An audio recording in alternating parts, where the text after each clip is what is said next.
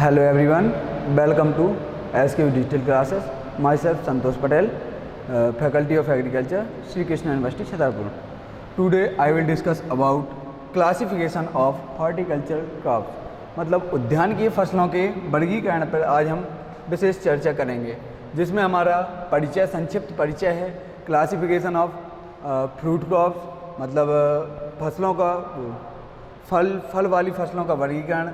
Classification of vegetable crops, मतलब सब्जी वर्गीय फसलों का वर्गीकरण। क्लासिफिकेशन ऑफ फ्लावर क्रॉप्स, पुष्प वर्गीय फसलों का वर्गीकरण। और लास्ट है जो वो है हमारा क्लासिफिकेशन ऑफ प्लांटेशन क्रॉप। तो हम शुरुआत करते हैं सबसे पहले टॉपिक से, क्लासिफिकेशन ऑफ फ्रूट क्रॉप्स, मतलब फल वाली फसलों का वर्गीकरण, जिसमें हम पहले based on nature of growth के आधार पर, मतलब बढ़ने की वृद्धि की प्रगति के आधार पर हम फसलों को 3 वर्गों में विभाजित करते हैं। सबसे पहला है हमारा हर्ब, मतलब साग। दूसरा है श्रब, मतलब झाड़ी। और तीसरा है ट्री। हर्ब मीन्स ऐसे पौधे जिनमें लकड़ी की मात्रा नहीं पाई जाती है, उन्हें हम हर्बेशियस प्लांट कहते हैं, जैसे कि हमारा बनाना। दूसरी बात करें हम श्रब या श्रबेशियस प्लांट, तो इसमें ऐसे पौधे आते हैं जिनमें लकड़ी नहीं पाई जाती है, बहुत कम मात्रा में लकड़ी पाई जाती है, उन्हें हम श्रबेशियस प्लांट कहते हैं। ये झाड़ी नुमा होते हैं, जैसे फॉर एग्जांपल फालसा। बात करें ट्री की, तो ऐसे फल वाले पौधे जिनमें लकड़ी की मात्रा अत्यधिक मात्रा में पाई जाती है, वो हमारी ट्री के ग्रुप में आते हैं, जैसे कि बेर। सब दूसरी बात करें हम based on ripening of behaviour, मतलब इनके पकने की प्रगति के आधार पर, के आधार पर जो हमारी फल वाली फसलें हैं उन्हें हमने 2 ग्रुपों में डिवाइड किया है। पहला है हमारा क्लाइमेट्रिक फ्रूट, मतलब ऐसे फल जिन्हें हम तोड़ने के उपरांत भी पका सकते हैं, मतलब इनकी तुड़ाई तो कर ली जाती है लेकिन उसके बाद भी इनमें पकने की प्रक्रिया चलती रहती है, वो कहलाते हैं हमारे क्लाइमेट्रिक फ्रूट, जैसे कि मैंगो, गुआवा, पपाया। बात करें नॉन क्लाइमेट्रिक फ्रूट की, आप सभी को पता है कि नॉन क्लाइमेट्रिक फ्रूट्स में ऐसे फल आते हैं भाई जो तुड़ाई के उपरांत जिस अवस्था में उन्हें तोड़ लिया जाता है उसके उपरांत ना तो उनमें पकने की कोई क्रिया आगे नहीं बढ़ती है। आपने देखा होगा नींबू को यदि हम हरी अवस्था में तोड़ लें तो वह चाहे आप 10 दिन रखे रहिए, चाहे 15 दिन रखे रहिए, उसमें कोई भी परिवर्तन नहीं होगा, उसी अवस्था में वो सूखना प्रारंभ कर देगा। तो ये हमारी होती है नॉन क्लाइमेट्रिक फ्रूट्स, मतलब जो तुड़ाई के उपरांत इनमें पकने की कोई क्रिया नहीं होती है। ये हमारी फल है, फल वाली फसलें हैं, जैसे पाइनएप्पल, संतरा, अपना अंगूर और बेर। बात करें based on photo periodic requirement, मतलब प्रकाश अवधि की आवश्यकता के आधार पर फल वाली फसलों का वर्गीकरण। इसमें हमने फलों को 3 ग्रुप में डिवाइड किया है। जैसे पहला है शॉर्ट डे प्लांट, मतलब शॉर्ट डे प्लांट में ऐसे पौधे आते हैं जिनके पुष्प या फ्लावरिंग स्टेज जिसे हम बोलते हैं पुष्पन की अवस्था, उसके दौरान जो प्रकाश की अवधि की आवश्यकता होती है वो 12 घंटे से कम की आवश्यकता होती है। मतलब ऐसे फल वाली फसलें जिनमें फ्लावरिंग स्टेज पर या फ्लावरिंग स्टेज के दौरान 12 घंटे से कम प्रकाश की अवधि की आवश्यकता होती है, वो हमारी कहलाती है क्या, शॉर्ट डे प्लांट। इसमें आता है पाइनएप्पल हमारा, ठीक है। बात करें लॉन्ग डे प्लांट, ऐसे पौधे, ऐसे फल वाली फसलें जिनमें पकने वो पुष्पन की अवस्था में या फ्लावरिंग स्टेज में 12 घंटे से अधिक सूर्य के प्रकाश की आवश्यकता पड़ती है। मतलब हम बोल सकते हैं कि जो गर्मियों के दिनों में हम उगाते हैं या जो गर्म प्रदेशों में फलों को उगाते हैं ना, गर्म क्षेत्रों में, जैसे कि हमारा केला।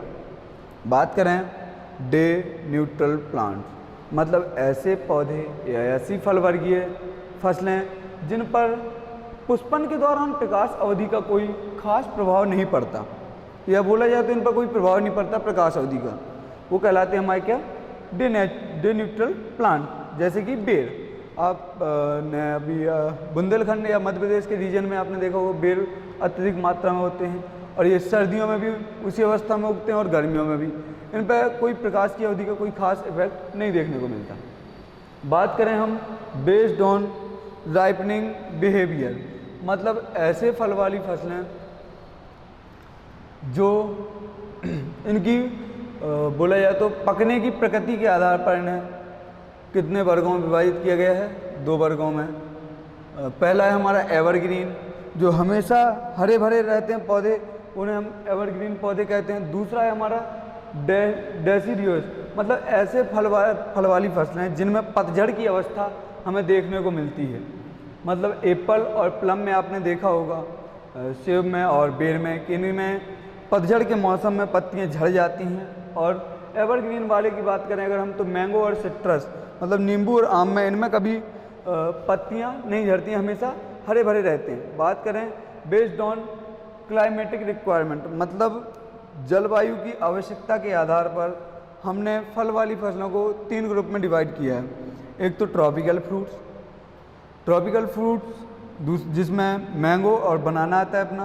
दूसरा है सब ट्रॉपिकल फ्रूट्स जो कि प्लम और गुआवा। और तीसरा है टेम्परेट फ्रूट, मतलब एप्पल, पियर और पीच। ये हमारी हो गई किसके, क्लाइमेटिक रिक्वायरमेंट के आधार पर। बात करें हम अब नेक्स्ट टॉपिक जो है अपना वो आ गया है सब्जियों का वर्गीकरण। सब्जी वर्गीय फसलों का वर्गीकरण जो है वो अपना कितने प्रकार से, पहला है बेस्ड ऑन बॉटेनिकल रिलेशनशिप। भाई बॉटेनिकल रिलेशनशिप के आधार पर हमने 2 वर्गों में इन्हें कैटेगराइज किया है। फर्स्ट वन इज मोनोकॉट, एक बीज पत्री बीज वाली फसलें, इनमें हमारा एलिएसी फैमिली मतलब प्याज। और दूसरा है डाइकॉट, मतलब द्विबीज पत्ती वाली सब्जियां, जिनमें हमारा आता है कौन सा, फैमिली क्रूसीफेरी, एग्जाम्पल कॉलीफ्लावर। ये हमारी कौन सी हैं, डाइकॉट फैमिली की। और लेग्यूमिनेसी भी आती है, पी वगैरह, ठीक है। फिर बात करें अपन नेक्स्ट उसकी विभाजन की, तो वो है हमारा बेस्ड ऑन टेम्परेचर टॉलरेंस, मतलब तापमान की सहनशीलता के आधार पर फसलों का वर्गीकरण। इसमें पहला है हमारा कूल सीजन वेजिटेबल्स, मतलब ऐसी फसलें जिन्हें हम ठंडी के मौसम में उगाते हैं या ठंडे मौसम में उगाते हैं, वो हमारी कौन सी है, कैबेज, मतलब पत्ता गोभी। बात करें नेक्स्ट की, तो वो है वार्म सीजन वेजिटेबल, ऐसी फसलें जिन्हें हम गर्मी वाले मौसम में उगाते हैं, ठीक है। तो ये हमारा कौन सा, ब्रिंजल और ओकरा।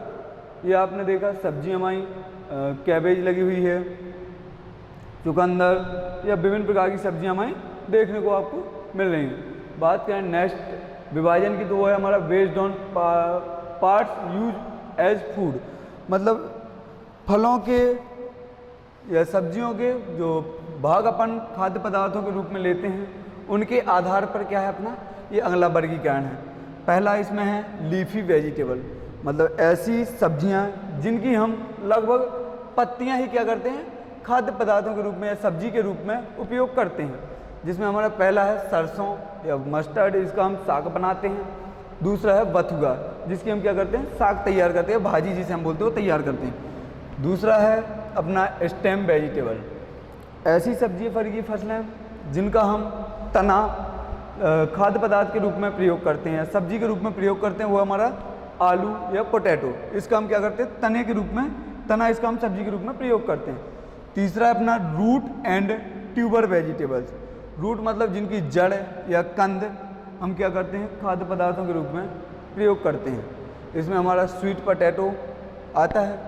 बात करें बल्ब वेजिटेबल्स, तो बल्ब मतलब बोला जाए तो कॉर्न, जिसमें हमारा प्याज आता है। नेक्स्ट है फ्रूट वेजिटेबल, ऐसी सब्जी वर्गीय फसलें जिनकी हम फलों का प्रयोग क्या करते हैं, सब्जी के लिए या खाद्य पदार्थों के रूप में सब्जी बनाने के लिए प्रयोग करते हैं, वो हमारी कौन सी, टमाटो और ब्रिंजल।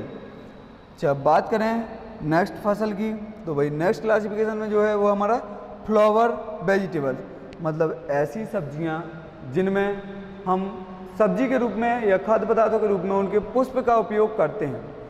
आप सभी ने देखा है कॉलीफ्लावर का हम या फूल गोभी का हम क्या करते हैं, पुष्प का सब्जी के रूप में, खाद्य के रूप में या सब्जी के रूप में प्रयोग करते हैं।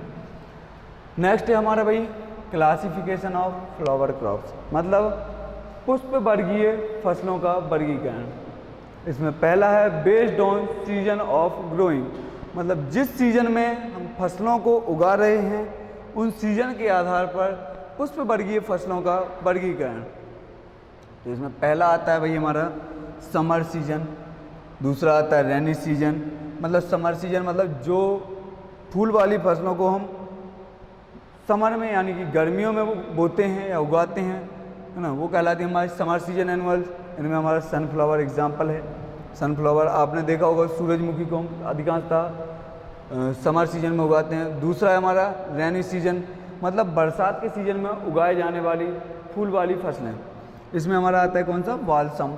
तीसरा है विंटर सीजन एनुअल्स, मतलब ऐसी फूल वाली फसलें जिनको हम शरद ऋतु या सर्दियों में उगाते हैं, वो हमारा कौन सा है, पिटूनिया। बात करें अपन अगले विभाजन की, तो वो है भैया अपना based on nature of growth, मतलब वृद्धि की प्रकृति के आधार पर। तो इसमें हमारा पहला है एनुअल। आपने देखा होगा कुछ फूल जो है एक साल में ही क्या होते हैं, उनके पौधे नष्ट हो जाते हैं, या वो फूल देकर अपनी फूल देते हैं और एक साल में ही वो क्या हो जाते हैं, ख़त्म हो जाते हैं। एक साल के लिए ही ये एक सीजन या एक साल तक इनका जीवन चक्र होता है। जैसे आपने देखा होगा डालिया, डालिया का पुष्प एक सीजन में या एक साल में ही बोला जाए तो फूल देके ख़त्म हो जाता है। उसके बाद बात आती है पेरेनियल क्रॉप्स की। तो इसमें ऐसी फूल वर्गीय फसलें आती हैं जिनका जीवन चक्र एक वर्ष या एक वर्ष से अधिक या 2 वर्षों में पूर्ण होता है या उनसे भी अधिक समय ले लेता है। वो हमारे क्या कहलाते हैं, बहुवर्षीय पुष्प कहलाते हैं, बहुवर्षीय पुष्पीय पौधे कहलाते हैं। इसमें आता है अपना गुलाब, जैस्मिन इत्यादि। ये आपने देखा सूरजमुखी, गुलाब अपनी विभिन्न प्रकार की फ्लावर क्रॉप्स हैं। बात करें based on photo periodic requirement, मतलब प्रकाश की अवधि की आवश्यकता के आधार पर वर्गीकरण। ये हमने फल वाली फसलों में भी पढ़ा था, ठीक उसी प्रकार इसमें भी पढ़ते हैं कि भाई जो शॉर्ट डे प्लांट होते हैं पहला हमारा, तो इसको पुष्पन की जो फ्लावरिंग की स्टेज है, क्या होता है कि फ्लावरिंग की स्टेज पे इसलिए आवश्यकता पड़ती है प्रकाश की, ताकि हमारा जो पॉलिनेशन है, परागण की क्रिया है, वो आसानी से संपन्न हो और हमें इनके सीड वगैरह आसानी पूर्वक प्राप्त हो सके। इसलिए हम इसके आधार पर क्या बोलते हैं, प्रकाश की अवधि के आधार पर इनका वर्गीकरण देखते हैं। तो जो क्या है हमारा पहला short day plant. Short day plant में ऐसे फूल वाली फसलें आती हैं जिनको पुष्पन की अवस्था में 12 घंटे से कम प्रकाश की आवश्यकता होती है। For example सेल्विया। दूसरा आता है लॉन्ग डे प्लांट। ऐसे इसमें ऐसी फूल वाली फसलें आती हैं जिनको 12 घंटे से अधिक प्रकाश अवधि की आवश्यकता पुष्पन के दौरान होती है। इसमें आता है अपना स्टॉक। तीसरा आता है डे न्यूट्रल प्लांट्स। इसमें ऐसी फसलें आती हैं जिनमें पुष्पन के अवस्था में सूर्य के प्रकाश की अवधि का कोई विशेष फर्क नहीं पड़ता। इसमें आता है अपना हिबिस्कस। बात करें based on nature of growth, मतलब वृद्धि की प्रकृति के आधार पर। इसमें भी अपन 3 भागों में बांटा गया है, जैसा कि अपन ने पहले भी पढ़ा था फल वाली फसलों में। Herb, shrub, tree. हर्ब मतलब शाख होता है, शाख वर्गीय पुष्प जो लाइनम है, झाड़ी नुमा जो है वो हमारा गुलाब, और जो बोले या तो पेड़ या वृक्ष वाला पुष्प जो हम प्रयोग करते हैं या देखते हैं वो अपना अमलतास। ठीक है। अब पढ़ेंगे अपन क्लासिफिकेशन ऑफ प्लांटेशन क्रॉप्स, मतलब प्लांटेशन क्रॉप्स जो है उनका वर्गीकरण। तो इनका पहला वर्गीकरण है बेस्ड ऑन बॉटेनिकल रिलेशनशिप, मतलब वानस्पतिक संबंधों के आधार पर इनका वर्गीकरण। तो इसमें हमारा 2 वर्गों में अपन ने इनको विभाजित किया हुआ है। पहला है अपना मोनोकॉट, मतलब एक बीज पत्ती प्लांटेशन क्रॉप जिसमें हमारा कोकोनट आता है, और दूसरा है डाइकॉट, इसमें द्विबीजपत्री प्लांटेशन क्रॉप जिसमें अपना टी और कॉफ़ी आता है। बात करें अपना नेक्स्ट क्लासिफिकेशन की, तो वो है अपना based on growth of behaviour, मतलब वृद्धि की प्रगति के आधार पर। तो इसमें भी क्या है, यहाँ थोड़ा गलती से वाइन लिख गया है, हर्ब है। हर्ब में आता है कि क्या अपना ब्लैक पीपर, और दूसरा है श्रब्स, मतलब झाड़ी नुमा जो होते हैं उनमें आता है अपना टी, और तीसरा है ट्री, मतलब पेड़ वाली प्लांटेशन क्रॉप्स, तो उसमें आता है अपना नट। ये आपने देखा टी की खेती और कोकोनट की और रबर की, है ना। अब फिर तीसरा अपन जो आखिरी क्लासिफिकेशन है अपना, वो है अपना बेस्ड ऑन यूटिलिटी, मतलब उपयोगिता के आधार पर कौन सी प्लांटेशन क्रॉप की क्या उपयोगिता है ना, किस चीज़ के लिए उससे उगाया जाता है, किस पर्पज से हम बोते हैं, उसके आधार पर जो हमारा वर्गीकरण है वो 2 वर्गों में विभाजित किया गया। पहला है फूड, और दूसरा है इंडस्ट्रियल। आपको पता है कि बहुत सारी प्लांटेशन क्रॉप्स या कुछ प्लांटेशन क्रॉप्स हम खाद्य के पर्पज़ से उगाते हैं, मतलब उनका प्रयोग खाने के लिए करते हैं। जैसे आपने देखा कोकोनट, नारियल का उपयोग हम अधिकांशतः खाने के लिए प्रयोग करते हैं, इसलिए हम इसे फूड के वर्ग में रखते हैं। और दूसरा है अपना इंडस्ट्रियल, इसमें आता है भाई ऐसी प्लांटेशन क्रॉप्स आती हैं जिनका अपन क्या करते हैं, औद्योगिक उपयोग करते हैं, उद्योगों में इसका उपयोग करते हैं, उनसे कई सारे उत्पाद एवं सह उत्पाद तैयार करते हैं। जैसे आपको पता है रबर, है ना। तो ये अपना क्लासिफिकेशन हो गया हॉर्टिकल्चरल क्रॉप्स का। धन्यवाद।